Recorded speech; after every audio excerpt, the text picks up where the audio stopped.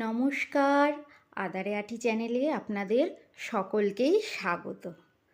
আজকে চলুন দেখা যাক কি রান্না করি।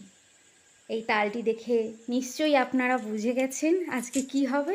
হ্যাঁ, ঠিক ধরেছেন, আজকে হবে তালের বড়া। প্রত্যেকটা বাঙালির ইমোশন তালের বড়া, জন্মাষ্টমীতে তালের বড়া।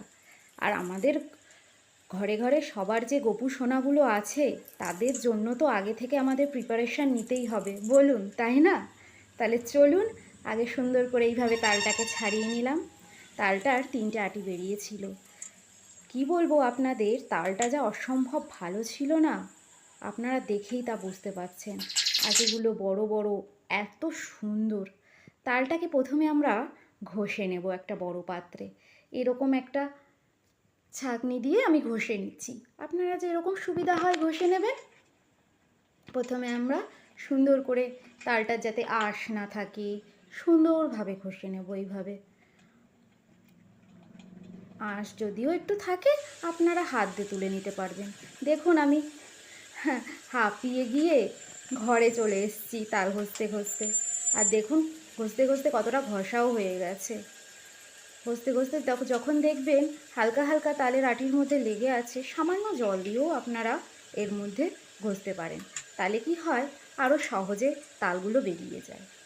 এইভাবে দেখুন কতটা তাল বেরিয়ে গেছে।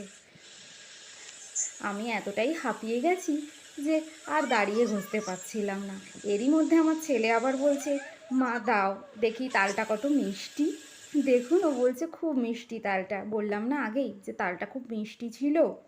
দেখুন তাল, চালের গুঁড়ো, ময়দা, চিনি, এইবার এক এক করে সব উপকরণগুলো এর মধ্যে মেশাবো। প্রথমে ময়দা দিচ্ছি।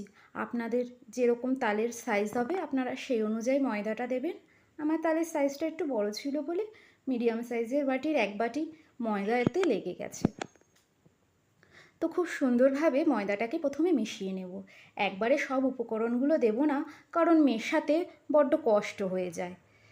দেখুন এবার চালের গুঁড়ো অল্প অল্প করে মেশাবো।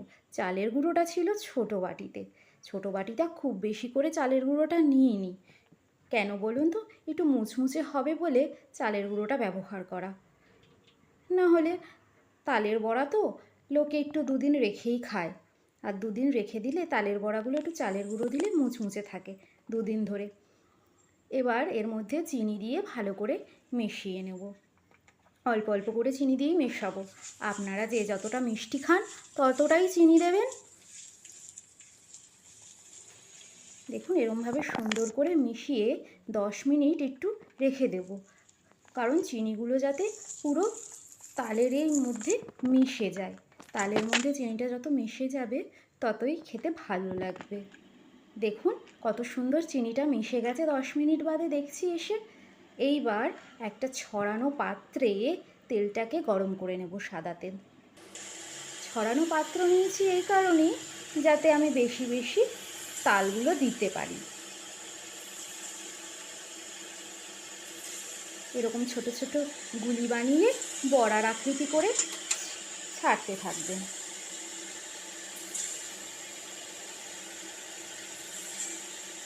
এতে আরও একটু সুবিধা হয় এই বড় পাত্রটি নিলে, যে তালগুলো এই গুলিগুলো একে অপরের সাথে লেগে যায় না।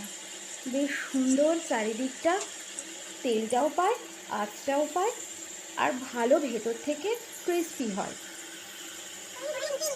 আর সবসময় যখন তালের বড়া জাতীয় জিনিস ভাজবেন তখন মিডিয়ামের থেকে একটু কম করে নেবেন।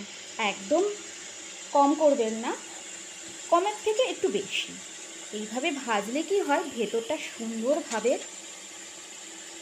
কাঁচা থাকে না, সুন্দরভাবে ভাজা হয়ে যায়। দেখুন আমার এই পাত্রটাতে কতটা তালের বড়া হয়েছে একবারে। এইভাবে একে একে সব তালের বড়াগুলো ভেজে নেব। এরমভাবে দেখুন এক একটা এক এক কালার হয়েছে। এগুলো খেতে কিন্তু পরে খুব সুস্বাদু লাগে।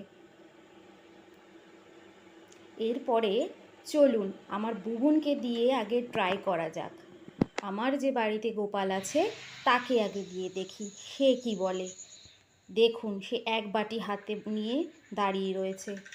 দেখুন আমার বুবনের তো খুব ভালো লেগেছে, আপনারাও বানিয়ে খাবেন বাড়িতে, খুব সুস্বাদু হয়, খেতে খুব মজার হয়। ভিডিওটি যদি ভালো লাগে আপনারা প্লিজ একটু সাবস্ক্রাইব করে দেবেন। আপনাদের ভিডিওটি দেখার জন্য অসংখ্য ধন্যবাদ।